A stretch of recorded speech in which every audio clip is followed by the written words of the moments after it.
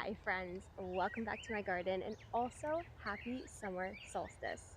Or by the time you're watching this, it might be a few days later, but regardless, I wanted to share a few spiritual practices that I use in my garden to connect deeper with nature and be a little bit more intentional and possibly manifest a more abundant harvest. So if that's what you want to see, then just keep watching. So the first practice I want to share with you is visualization. This is something I do almost every single morning as part of my manifestation formula, and I talk more about that three-step process in this video. But one of the parts of that is imagining my day exactly as I want it to go. And a big part of my day in the summers is caring for my garden. So I imagine myself coming out here with my cup of coffee and just walking around and looking at all of the vegetables growing and saying to myself, wow, these exploded overnight. They look so great. They look so green. They look so luscious. I'll imagine myself with like my basket and a massive harvest. I'll visualize myself preserving that and making like sauce and salsa. And I see it play out in my head as I want it to happen because your thoughts create reality. And even if you don't believe in manifestation law of attraction, it still puts you in a really good mood. And like I said, it's a beautiful way to start the day, imagining how you want it to go. The next spiritual practice I want to share with you is placing crystals around your garden. Things like moss agate, citrine, rose quartz, amethyst, or even just clear quartz can help raise the vibes of your garden. So I have a bunch of these huge clear quartz chunks that my wife actually found on a job site. So I'm just gonna place them in my garden with the intention it's gonna clear all negative energy, help protect it from the rabbits and the slugs and all of the other little critters trying to steal my harvest. And also, it just makes it real freaking cute. The one little caveat I do want to mention with this practice is to make sure to charge the crystals with your intention. So some crystals already carry certain energies, like citrine is for abundance, rose quartz is for love, amethyst is for calming, but clear quartz can actually be charged with any intention. It's basically a blank slate.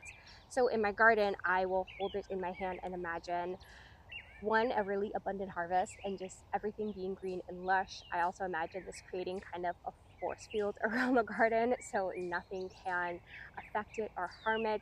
And then I also will imagine just a lot of joy and happiness that the garden space will bring. And once I feel that intention is in the crystal, I will then place it on my garden bed and then repeat for all of the others. That tip actually takes us into our next practice, which is the protection spell for the garden. Now, I personally like visualization for a lot of my practices because your intention and thoughts are so powerful.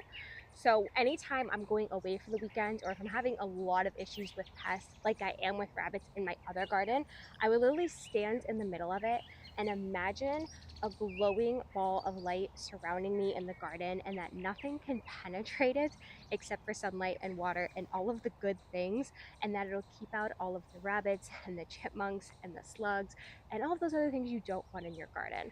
I actually have a fully guided version of this meditation. It's called the Golden Egg of Protection that you can also use for yourself, but if you would like to try it out, I will leave that linked here for you.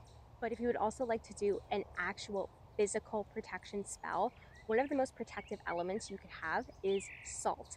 And salt also kills slugs, which is mostly what I have to protect my garden from these days. So you could just take salt and sprinkle it all around your garden beds or your plants. The only thing to keep in mind, if your soil gets really salty, it could hinder plant growth. So I would definitely recommend doing this outside of the pots or outside of the beds and not directly next to the plants. Another witchy thing you can do to protect your garden is to plant garlic, onions, chives like I have here, or anything in the allium family.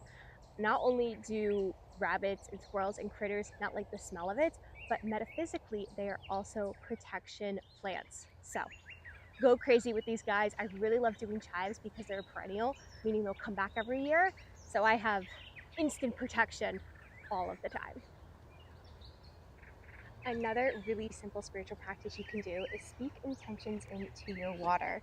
There's actually been studies showing that when we say words like love and gratitude or even growth and abundance, it changes the structure of water. And I will leave that study linked below for you so you could check it out for yourself. But this is such a simple practice to simply say or visualize what you want this water to do for your garden every time you're out here watering it. The last spiritual practice I want to share with you today is actually looking up all of the metaphysical properties of the plants you are growing. So, for example, in my iced tea today, we have lemon, which is for healing and cleansing, and we also have lemon balm, which is for intuition. And especially when it comes to herbs, so many of them are used in witchcraft because so many of them carry different energies. So, next time you are planting or harvesting something, just do a quick Google search and look up what the metaphysical or spiritual properties of that plant is, and then infuse that intention into it while you were eating. I have a little bonus practice for you because you may be noticing all the mosquitoes around us. I don't know if it's necessarily a spiritual practice, but it is a spiritual tool using incense. Mosquitoes do not like the smoke, and I also like to imagine it's cleansing the garden of all the negative energy of the slugs and the rabbits and the things attacking it. So incense might be your new best friend this summer if you have a mosquito issue like we do. And those are the 5 spiritual practices that I use most in my garden. If you have another ritual though that you really enjoy doing, let me know about it down in the comments. And also while you're down there, if you could give this video a thumbs up if you enjoyed it, so that way I know to make more content like it. And also subscribe so you don't miss future garden tours. Because I have a feeling next month's it's gonna be a pretty fun, abundant harvest, and I cannot wait to share it with you. So until then, have a magical one.